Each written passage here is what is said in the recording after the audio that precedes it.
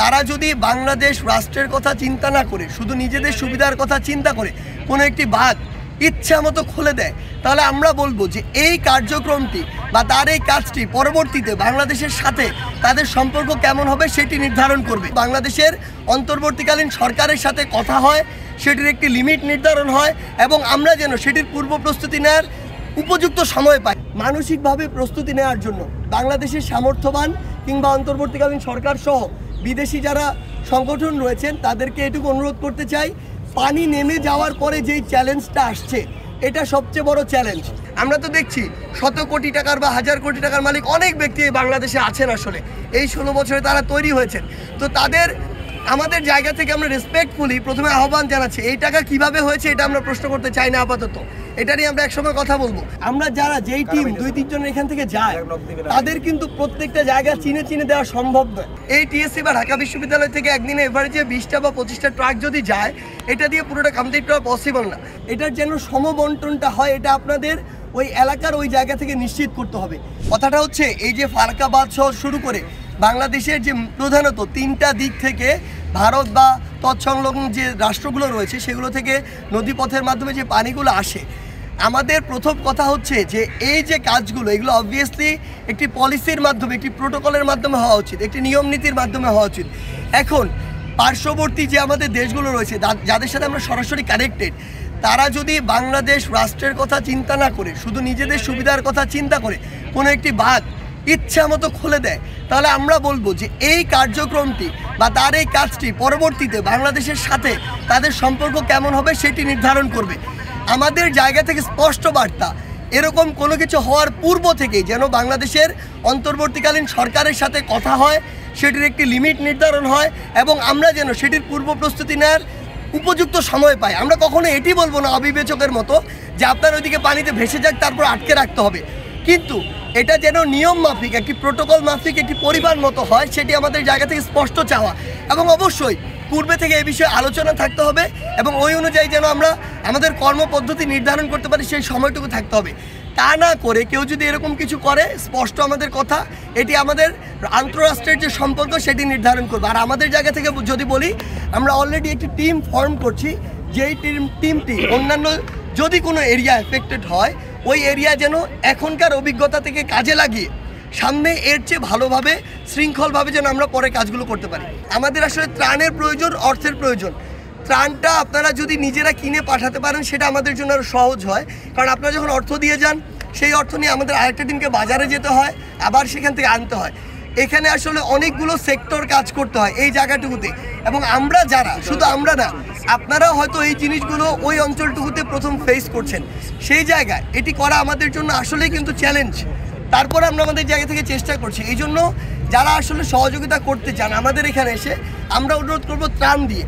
এই মুহূর্তে আমাদের কী কী লাগবে সেটা যদি জাস্ট একটু আমাদের জায়গা থেকে বলি, সেটা হচ্ছে যে আমাদের যে বিস্কুটের বিস্কুটগুলো, বিভিন্ন ধরনের বিস্কুট, এরপরে মোমবাতি, সাবান, লাইটার, ম্যাচ, এই জিনিসগুলো, আলো এবং আগুন সংক্রান্ত, sanitary napkin, tasty saline, coil, চিনি, গুড়, চিরা, মুড়ি, ফিটকিরি, পানি বিশুদ্ধকরণ ট্যাবলেট, এই বিষয়গুলো, আর বাচ্চাদের যে খাবারগুলো, বাচ্চাদের যে বিভিন্ন খাবার এবং মেডিসিনগুলো আমরা আপনাদেরকে অনুরোধ করব, যদি আপনাদের থাকে আপনারা দিয়ে যাবেন, যদি আপনারা দিতে চান, আপনাদের না থাকে তাহলে কাইন্ডলি আপনারা একটু কষ্ট করে কিনে এনে যদি দেন তাহলে আমাদের কাজটা একটু সহজ হয়, আমরা এই জিনিসগুলো দ্রুত পাঠাতে পারি।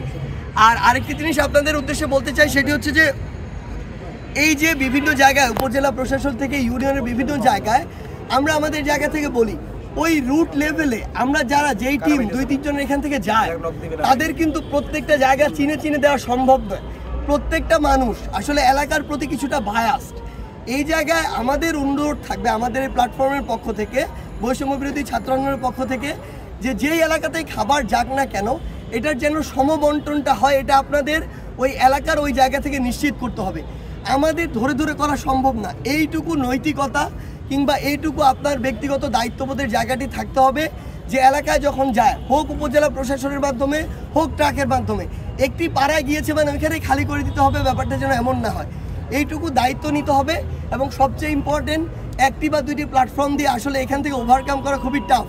আমাদের অনুরোধ থাকবে, এটা যেমন একটা সেক্টর, আমরা দেখেছি আরও বিভিন্ন দু একটা ফাউন্ডেশন দেখছি যে তারা তাদের জায়গা থেকে খুব ভালো করে কাজ করছে। আমরা চাই বাংলাদেশে অন্তত এরকম 100টা ফাউন্ডেশন এই মুহূর্তে কাজ করুক, বা 100টা ব্যক্তি বা কোম্পানি কাজ করুক, যারা প্রত্যেক দিন এরকম 20টা 25টা করে ট্রাক ত্রাণ ওই এলাকাটিতে পাঠাবে।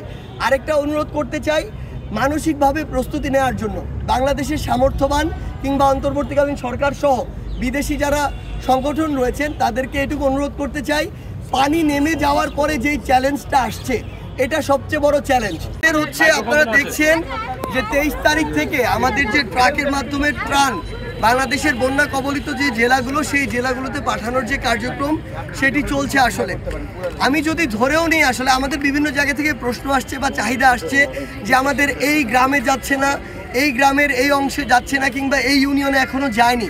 সো এই বিষয়গুলোতে আমাদের কিছু আসলে আবদার আছে বা চাওয়া আছে। এই চাওয়াগুলো বাংলাদেশের যারা সামর্থ্যবান মানুষ রয়েছেন তাদের প্রতি।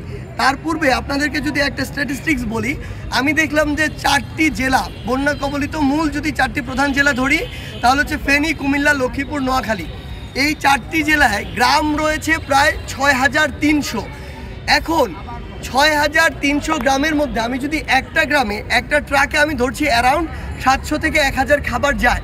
একটা গ্রামে আসলে একটা, যেহেতু পুরো গ্রামে এফেক্টেড, তার মানে এক ট্রাক একটা গ্রামের জন্যই যথেষ্ট। মানে একটা গ্রামে আমার এক ট্রাকের বেশি হলে আরও ভালো, এরকম একটা অবস্থা। সো আমি যদি একটা গ্রামে একটা ট্রাকও পাঠাই, তার মানে আমার এই 4টি জেলাতে 6300 ট্রাক আমার ত্রাণ পাঠাতে হবে, খাবার পাঠাতে হবে। আমরা 4 দিনে অ্যারাউন্ড ধরেন খাবার পাঠিয়েছি আমাদের এই জায়গা থেকে 100-র কিছু বেশি বা শতাধিক ট্রাক। তার মানে এভারেজ প্রায় 6200 গ্রাম, বা ইভেন আমি যদি ধরি 6000 গ্রামে ট্রাক যে যাওয়ার বিষয়টি আলাদা আলাদা 6000 ট্রাক আমার প্রয়োজন। আমরা এই জন্য আমাদের জায়গা থেকে যেটি আসলে করেছি, আমরা উপজেলা প্রশাসন বরাবর পাঠিয়েছি, যে কোনো উপজেলা বা সদর উপজেলা। কারণ প্রত্যেকটি গ্রাম সম্পর্কে, গ্রামে কার নিড, এই বিষয়গুলোর লিস্ট আসলে উপজেলা প্রশাসনের কাছে একটি থাকে সামারি আকারে। সো তাদের কাছে পাঠিয়েছি এই কারণে যে ওই প্রত্যেকটি এরিয়া ইন্ডিভিজুয়াল চেনা আমাদের জন্য টাফ, এক। দ্বিতীয়ত, ওই উপজেলার কোন রাস্তাগুলোর কি অবস্থা, সেই জায়গাগুলোতে আমাদের এই ট্রাকগুলো নিয়ে যাওয়া আমাদের জন্য অনেক বেশি সমস্যা। এই জন্য আমরা প্রত্যেকটি ক্ষেত্রে অফিসিয়ালভাবে উপজেলা প্রশাসনের সাথে যোগাযোগ করে তাদের কাছে পাঠিয়েছি। তারা তাদের জায়গা থেকে যেখানে মনে করেছে যে এই গ্রামে বা এই ইউনিয়নে প্রয়োজন, তারা তাদের জায়গা থেকে ওইভাবে পাঠিয়েছে। আমি আপনাকে শুধু গ্রামের স্ট্যাটিস্টিক্স দিয়ে এটি বোঝালাম যে আমি যদি এক গ্রামে একটি করে পাঠাই, তারপরও আমার অ্যারাউন্ড এরকমই হবে, মোর দেন 50% বা তারও বেশি জায়গা আসলে পৌঁছাবে না। এখন এটার সমাধান কি হতে পারে? আসলে এখন এই সংখ্যাটা বেশি হওয়ার কারণে আমাদের কাছে অনেক ভাই বোন আসছেন যারা চাচ্ছেন তাদের ওই এলাকায় পাঠাই, তাদের কাছে ফোন আসছে। কিন্তু আমাদের একটা সীমাবদ্ধতা আছে। এই টিএসসি বা ঢাকা বিশ্ববিদ্যালয় থেকে একদিনে এভারেজে 20টা বা 25টা ট্রাক যদি যায়, এটা দিয়ে পুরোটা কমপ্লিট করা পসিবল না। এই জন্য আমরা চাই বাংলাদেশের যারা সামর্থ্যবান ব্যক্তি রয়েছেন, আমরা তো দেখছি শত কোটি টাকার বা 1000 কোটি টাকার মালিক অনেক ব্যক্তি বাংলাদেশে আছেন। আসলে এই 16 বছরে তারা তৈরি হয়েছেন। তো তাদের আমাদের জায়গা থেকে আমরা রেসপেক্টফুলি প্রথমে আহ্বান জানাচ্ছি। এই টাকা কিভাবে হয়েছে এটা আমরা প্রশ্ন করতে চাই না আপাতত, এটা নিয়ে আমরা একসময় কথা বলবো।